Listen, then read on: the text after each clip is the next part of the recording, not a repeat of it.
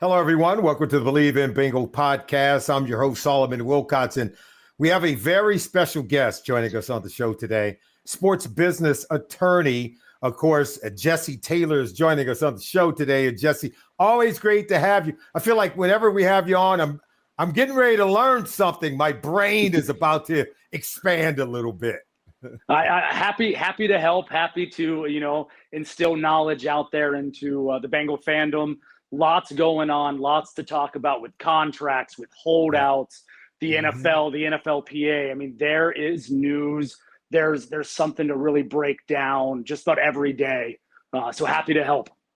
Well, let's get started with talking about Shamar Stewart, who did finally sign his contract with the Cincinnati Bengals. We do understand that the Cincinnati Bengals did keep the voided language clause in the contract.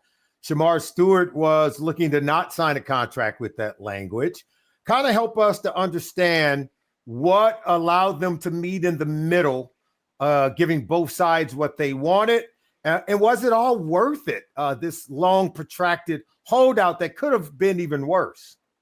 Yeah, it's something that all Bengals fans have been watching eagerly, awaiting the arrival of Shamar Stewart into camp. As we all know now, he's been practicing for several days. He looked really good yesterday in pass rush. Yeah. Happy to get him in the fold. To go break down that situation a little bit more, you have to kind of understand the side that Shamar was taking and the principle of all of it, right? Contracts, first-round rookie contracts are fully guaranteed. They're fully guaranteed until they're not. And the problem with that is the language of the contract, right? It's this vague aspect that these owners want to use about conduct detrimental to the club. It's about inherently dangerous activities. You heard Mike Brown is far take it in his luncheon that he does every year where he allows the media to ask him questions, and he tried to give his best example of what conduct detrimental to the club is. And he's absolutely right. The example that he used being if someone is sitting in prison, he doesn't want to pay them. No agent has ever given a gripe about that. That is 100%. No player has even said that's what they want. I want to be paid even if I go to jail. So I think there was a unanimous agreement on that scenario. Correct. That isn't the issue that Shamar had. It goes a little bit further, right? If you break down Amaris Mims' contract, he has that language specific, 72 hours detained, incarcerated. You're not going to get those guarantees. It doesn't mean you're going to get your contract voided. It means you're going to get the guarantees voided. The team can still pay it, right? So what Shamar wanted, and this is the big hiccup, or the big hang-up, I should say, is the team wanted to void future guarantees, not just the year in which a void happens or a default happens. So if for any reason, right, based off this vague language that's in these contracts, the team wanted to trigger a default, in some of these older contracts, these veteran contracts that the Bengals have done, the void would happen in that year, not the future years. And that's important. Correct. Right. So they wanted to put this language, and yes, it is in a lot of other NFL first-round rookie contract language. It's similar in those, but the Bengals wanted to be the first to use it for them. And what that was is Shamar goes, no, like, I don't want to be the guinea pig with this. I don't want to be the first one to sign it. First one to sign it, yeah. He was looking at, next year's first round pick, next 3 years first round pick, because precedent, when it's established in the law, when it's established in contracts, it's in it. I mean, good luck arguing against it. That's right. He and his camp did just about everything they could to keep it out. That's right. What happened is they came to the negotiating table.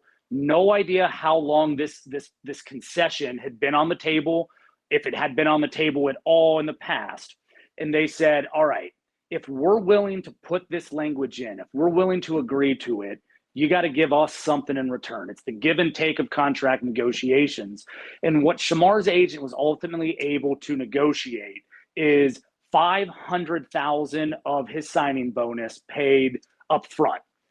it's important to understand the payout schedule that the Bengals use. Just like a lot of other teams, it's very similar. They'll pay the signing bonus, a portion of it, usually 50% up front at signing, and then they'll defer the rest of that signing bonus out, usually 5 months to the end of the season, December, sometime before the new calendar year starts.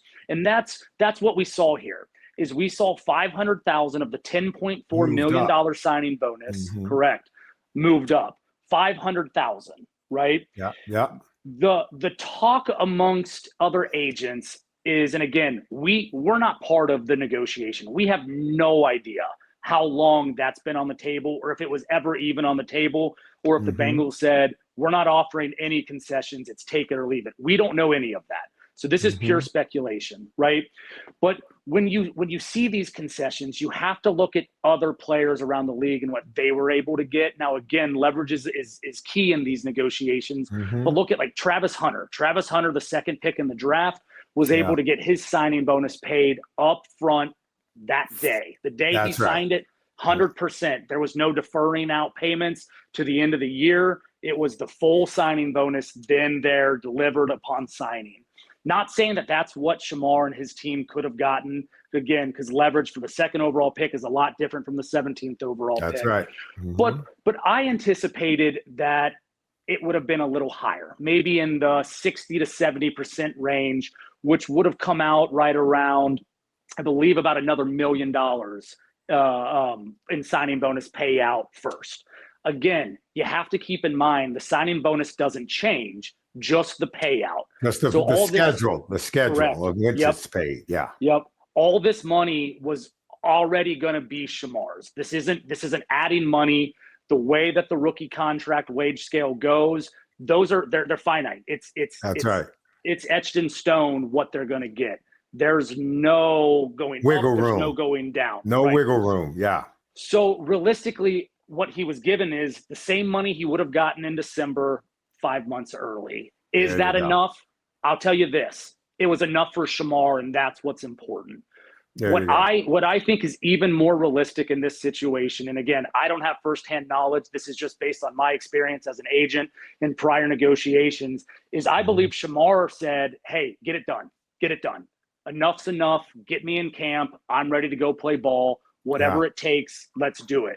Because again, fans have to remember, in the player-agent relationship, the player is the boss. They call the shots. The agent is there to gather information, talk to the team, make sure that we're everyone's following the CBA, make sure there's a full understanding of everything. Realistically, it's that gathering information and then being the one to go to the team, go back to the player, do the back and forth, understand the market.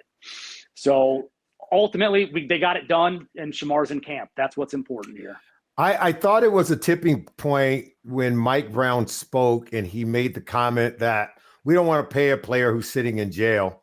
He did also say, he said, well, the player and the agent think it should be that way. I thought it was a bridge too far. I thought the example given, because I think we're almost unanimous. I think there's the players, agents, and owners. Nobody wants to see a player who's sitting in jail get paid as if they were still playing. There's no, I've never been in a conversation with anyone who thought that was okay. But I would have preferred maybe another example have been given to really make the point of what conduct detrimental really looks like from a more realistic standpoint. Player joyriding on a motorcycle who happens to get hurt and then he can't play but still wants to get paid. That's conduct detrimental, right? It's like, what are you doing riding a motorcycle, right? Going skiing or, go ahead. Conduct detrimental, inherently dangerous activities, they're lumped into the same. But again, that is realistically two separate, different types of arguments there that should have its own specific language, but you're not language. That's right. I like to say this, and this is something that I've been running with just based on hearing and researching and doing a lot of this with Shamar, a lot of this with other players that have been having their guarantees void. There's no word limit. There's no word count, no limit in a contract. There's no page limit. Spell it all out. Put it all out. Because again, livelihoods are at stake. Millions of dollars are at stake for, and again, I hate to use his own words against him, but as Mike Brown said, if something unacceptable happens, right? That was his other, that was what Mr. Brown uses as another example. If something unacceptable happens, how vague is that? And again, I don't mean to pick on Mr. Brown. I don't want that to come across as doing that, because this is commonplace with a lot of owners. And again, if you're a business and you're able to negotiate that and you're able to get that type of language in, well, good for you. It's on the agent to make sure that we're reading that. It's on the attorney to make sure that we're going through and saying, this type of language, it has to be more specific. Specify what you want. Specify what is a triggering mechanism, and go from there. If they were negotiating, the owners were negotiating a contract with an outside company to come in and perform services, and they had that type of language, hey, if one of your employees does something unacceptable, well, we're going to void this aspect or this provision of the contract. They're going to say, no, you need to specify that and That's put exactly right. what that is. So again, they're not doing anything wrong by putting that language in. It's on us. It's on the agents. It's on the attorneys that review these contracts every day to make sure that they're making it more realistic and specifying what they want with it. There you go. Yeah, there was broad language in the contract, and then when Mike spoke, he gave a more specific example. I just thought it was an extreme example of the broader language, right? And to piggyback that, the CBA talks about that. There's the personal conduct policy that automatically says, again, these like you could be put on the commissioner's exempt list from that and not even get paid. Not even get paid. So it's already covered in the CBA. So that's not even the concern. There was much more nuanced things that he could have used as an example, but he decided to go with that one. I want to talk about Trey Hendrickson, because at this point, he does have 1 year left on his current contract. We all know he wants a contract extension that would bring his pay up and offer more guaranteed money. But because he does have 1 year left on his contract, he's being fined now $50,000 a day for not being at training camp. That's why a lot of veteran players are holed in as opposed to holdouts, because if you're a holdout and don't show up, you could be fined. And when the Bengals played their first preseason game, the fines could escalate to even higher number. And the team, because it's collectively bargained, when he does come to join the team, they cannot waive those fines. Talk to us more about that, and maybe the probability of Trey just saying, hey, I'm better get in at least by that first preseason game, and how that date could be a tipping point for his return, even if they don't have a contract extension signed. Sure. So the way that the most recent CBA did away with owners being able to waive fines for players holding out, $50,000 a day. A preseason game, if your holdout continues past the preseason game, just one preseason game is the same fine of the equivalent of one of your game checks. So for Trey Hendrickson, I Bleav that number is $877,000 that he will be fined on top of the $50,000 a day.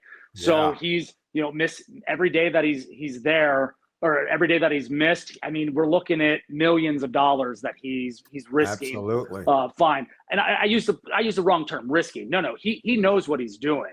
That's right. He deserves everything that he's asking for. The market skyrocketed, and we all saw it coming.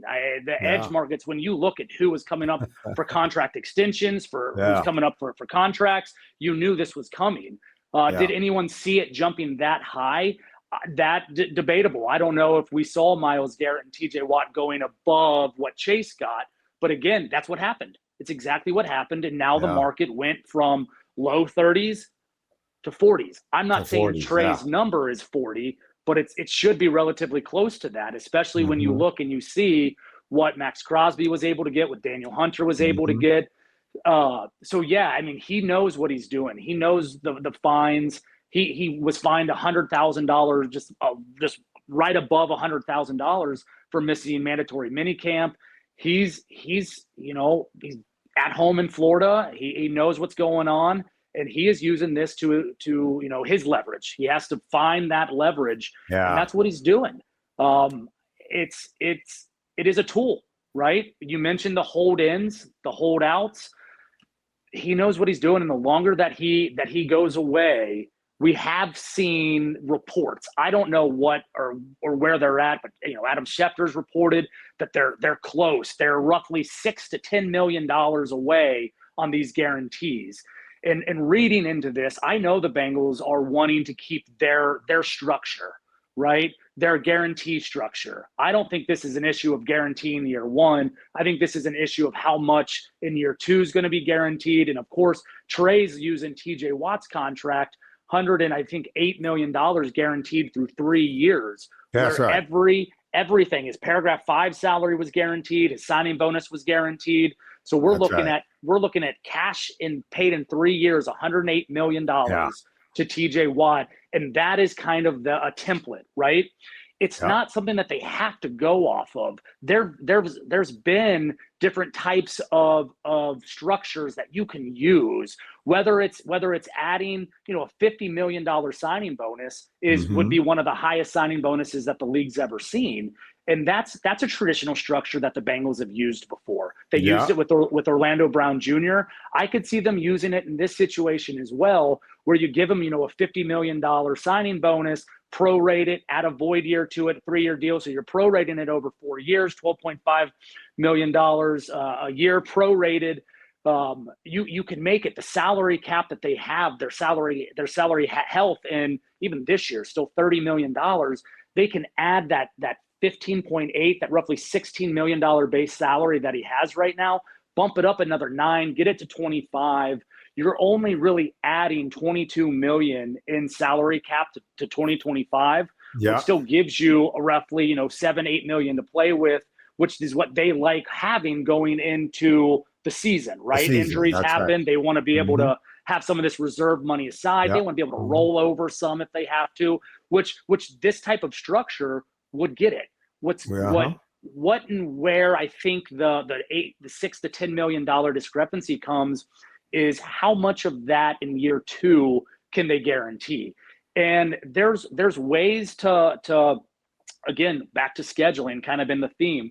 They can schedule a payout on the first, second, third day of the league year for a roster bonus or an option bonus that can also be prorated to give him a large sum of cash right then and there at the start of the league year. Bump it up. If you think about it, if you give him a $25 million base salary in 25 with a $50 million signing bonus, he's getting $75 million guaranteed at signing just off of those two figures. If you position that option bonus in 2026, first, second, third day of the league year, effectively, it's not called a guarantee, but on the face, it's a guarantee. The only reason that they would likely cut him is barring some catastrophic injury that he suffered in 2025. That's right. Yeah. And I get it. I get the hesitation from Trey's side saying, hey, look, guarantee's a guarantee, or so we think in today's world, right? So there's ways to get it across the finish line. If they're able to do that option bonus in the range of $10 to $15 million, you're looking at $90 million in cash in 9 months. That's a lot of money. That's a lot of dough that should effectively get it across. I don't know where they're at. I don't know what structure they're going off of, but you could emulate TJ's structure, and that's probably what Trey's wanting to do, or you could get creative and kind of go off that scheduling structure that we just discussed, which again should push it across the finish line. Either way, it keeps the Bengals mannerisms of contract structure, and it also gets a lot of cash for Trey. Help Bengals fans to understand, Jesse, why guaranteed money on contracts have become a major talking point for NFL owners. This is not just the Cincinnati Bengals. This is Terry McLaurin. This is, with the Washington Commanders. This is Michael Parsons with Jerry Jones and the Dallas Cowboys. I think moving beyond this year, it's going to become an even bigger talking point. Yeah, just look at the other the other professional sports, right? They're operating for the most part off of fully guaranteed contracts at signing. We've known that with baseball. I Bleav that's very similar in basketball. But then there's football, right? Football, the owners are the ones saying, hey, we're taking on all the risk because if you're not able to play, we don't want to have to pay you. And that's where the guarantees come back, because the players take the stance of, I'm the one putting my body on the line day in and day out. Effectively, I should be the one who has the fully guaranteed salaries based on, the inherently dangerous activity of what we're doing out there. Again, as an agent, I'm always going to side with the players on this. Fully guaranteed contracts have become a thing where owners are trying, and they've been doing this for years, to effectively make them not fully guaranteed or have those voiding mechanisms that we talked about. And there are few examples that, the owners will always look to and point to, right? Unfortunate situation involving Henry Ruggs and that situation of the OVI high speed where the young lady lost her life as a result of that. Absolutely, that's a no-brainer. That's not only were the guarantees void, but he lost all of the money. I mean, he was cut subsequently right after that. Right. Yeah. You also see where, like, Jamison Williams, the wide receiver from the Detroit Lions, where he got suspended for breaching the gambling policy. That's right. The gaming. Yeah.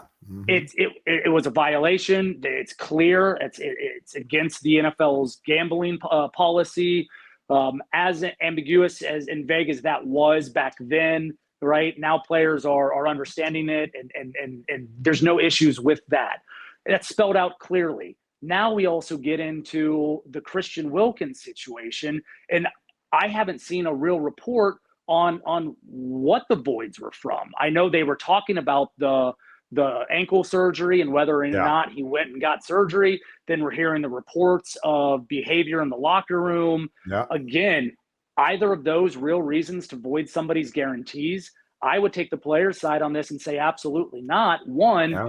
He should have the choice if he wants to get the ankle surgery. If he believes that it can heal on its own, sure, right? Now, down the road, if it doesn't, maybe you should do the proper channels of filing a grievance against the player and seeing if you can get some of those back due to him not being ready to play. I haven't seen the contract language, but again, my stance is I don't think that should have been a voiding mechanism. I know the NFLPA is already actively filed a grievance and working on that.